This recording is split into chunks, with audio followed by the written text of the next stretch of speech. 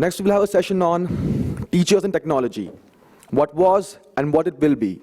For this session, I would like to invite Mr. Jaideep Punia, co-founder, CEO Net Messaging, to come on stage. Mr. Jaideep wants to live in a world where every child can become a student. A national level judo player, Jaideep has always believed in work-play balance. While studying at IIT Bombay, he started working for Housing.com and headed their expansion in Hyderabad. But his desire to contribute to the field of education took over, and he set out to bridge the formidable gap between parents and teachers by starting Net Messaging. This is his first effort in ensuring that technology helps students succeed.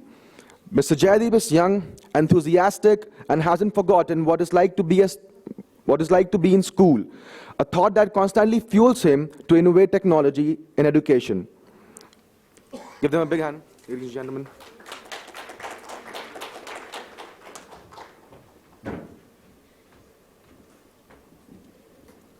Hello everyone, I am Jaideep Punia. I'm a 20-year-old IIT Bombay graduate, and I'm currently the CEO of Net, which is a parent-teacher communication app. So there's slight problem with the presentation. They will just start with it and then we can begin. And a little disclaimer before we start, the kind of education which I had in my school, I belong to this small town, Hanumangarh, which is in Rajasthan. And the kind of education I had, that really never gave me any chance to speak publicly, and this is my first chance I'm speaking in front of this many people.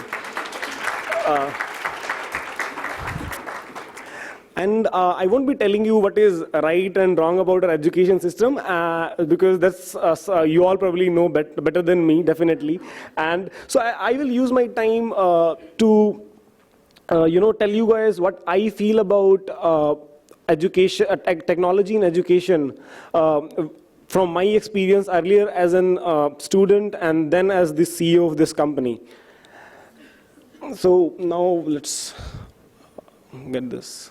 Let me begin without the presentation because their pen drive got corrupted and like that. So it will be less interesting without the presentation, but bear with me and let's see how this goes. So this will revolutionize the education. This is probably the most overused incorrect prediction of all times. In 1922, Thomas Edison said that motion picture is destined to revolutionize education, and in few years it will supplant textbooks largely, if not entirely. And by 1930, it was radio. The idea was to transmit expert lectures directly to the classroom, improving the quality of education, and that would mean that we will require less number of teachers. And this was the common theme behind every such education revolution, that replace or remove the teacher. And I think it was justified at their part, because literacy rates were very low, and and everyone understood the value of education. And as soon as a new technology would emerge, everyone would, all the great minds of that time will start thinking about revolutionize a way with which we can, take education to everyone in less time and less effort. So. And in 80s, when computers came into pictures, everyone started claiming that this is something finally we have, which will definitely revolutionize education, because it's audiovisual, it's interactive, and we can program it to do anything. But still, no significant improvements were observed in the process of learning. Even by 1990, we had not learned that from the failure of our past predictions, and everyone started claiming that CDs will, transform the education. And you remember, CDs revolutionizing education? I don't, because I don't even see CD nowadays anymore. So we made a fundamental mistake every time we imagined such educational revolutions. And that was that if we believe that the role of a teacher is just to transmit education from their head to their students, then probably teachers would have been extinct by now. And I mean, you probably imagine a classroom where a teacher is spewing out facts at a pace which is not appropriate for everyone.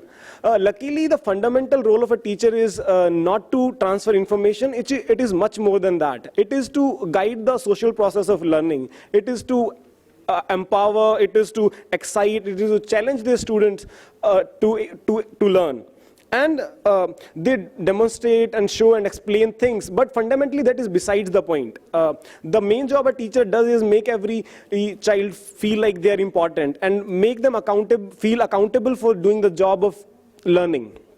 Now, I will tell you a little personal story. I got into IIT in 2011. And I just graduated in 2015. And when I cleared IIT JEE, I became the smartest kid of my family. And it was not always like that. In my 9th standard, I scored just 59% marks. So my family lost all their academic hopes on me, and they decided to send me to a sports boarding school because I was a national player and they were accepting me without any fees. And yeah, so I went there, and no one really cared about our education in that school.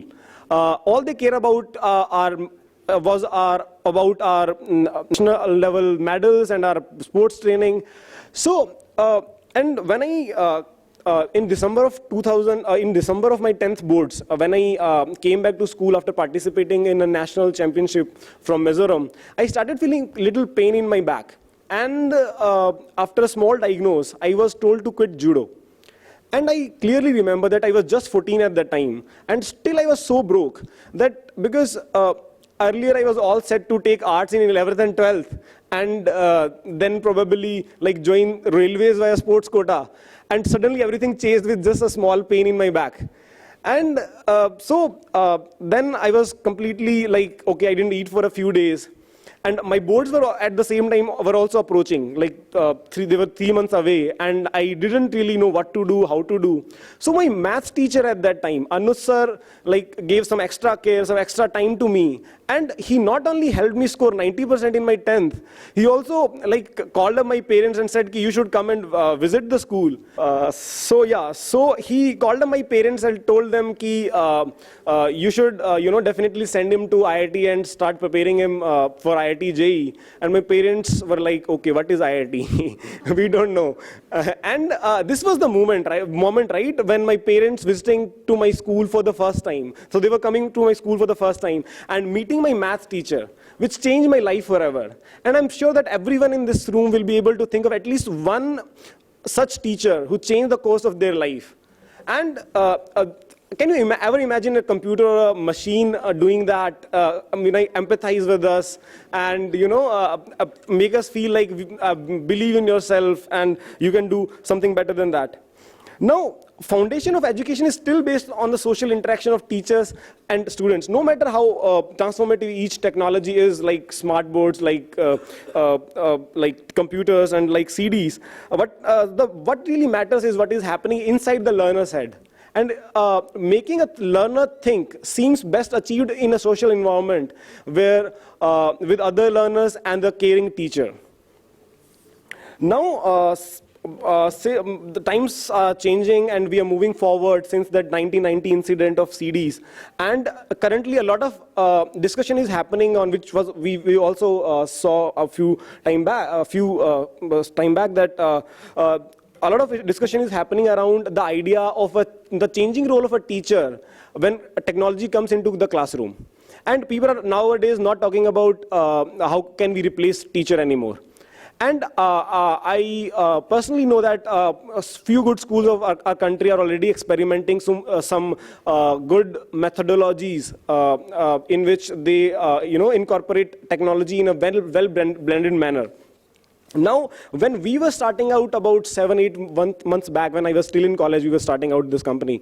And so we looked at all the educational companies who were in the picture, and we realized that none of these companies were accepting and actually implementing, the things, okay, we have taking teacher into the consideration while developing a product.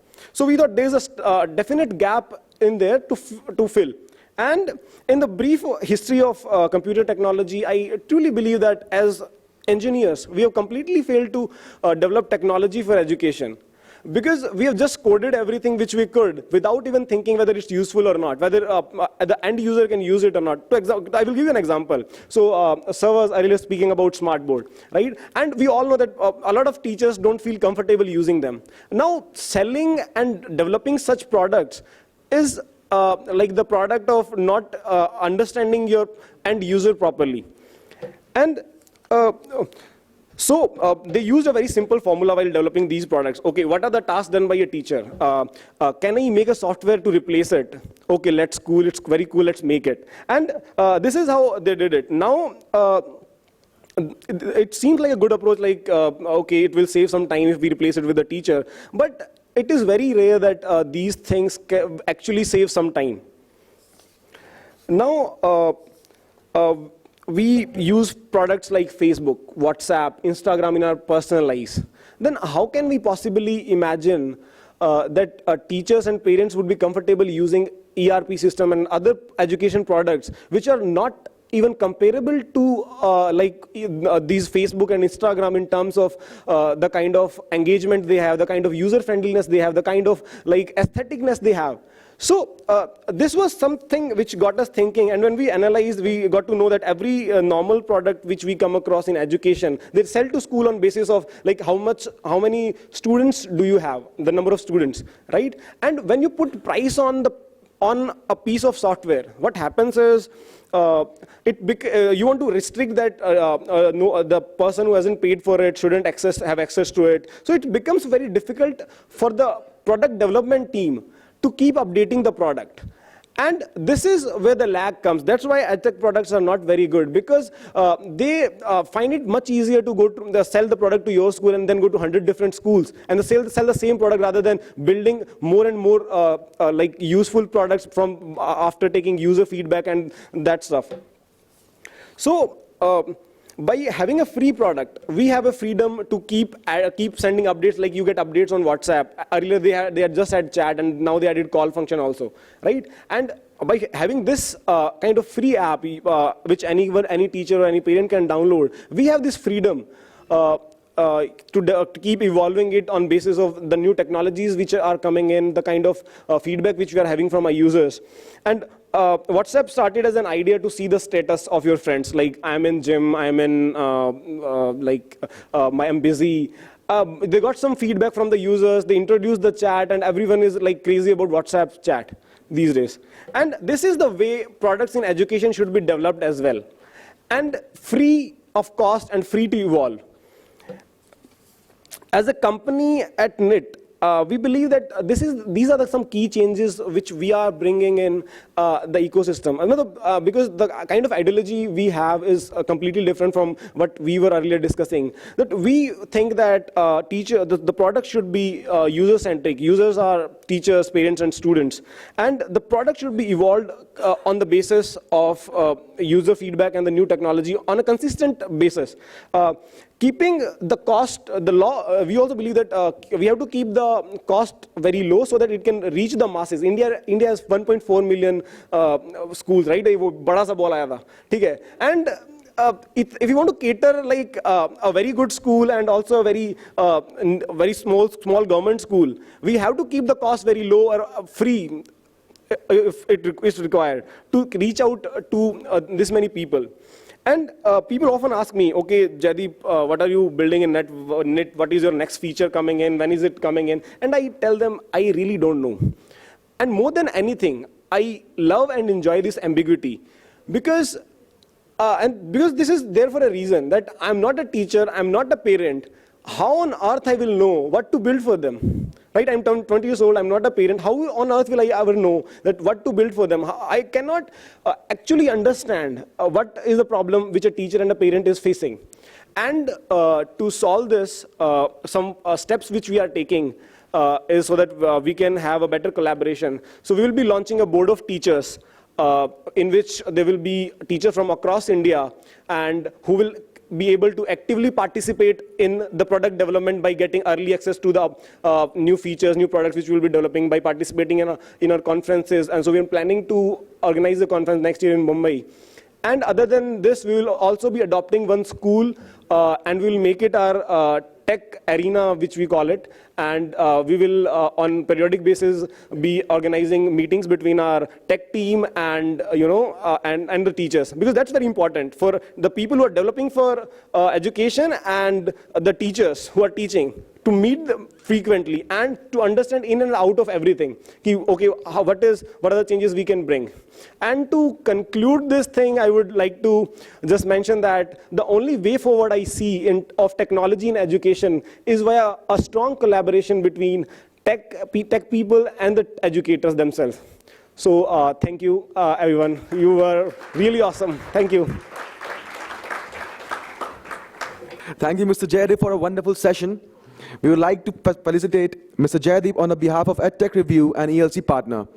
Mr. Divya Prakash, will you please do the honors, please?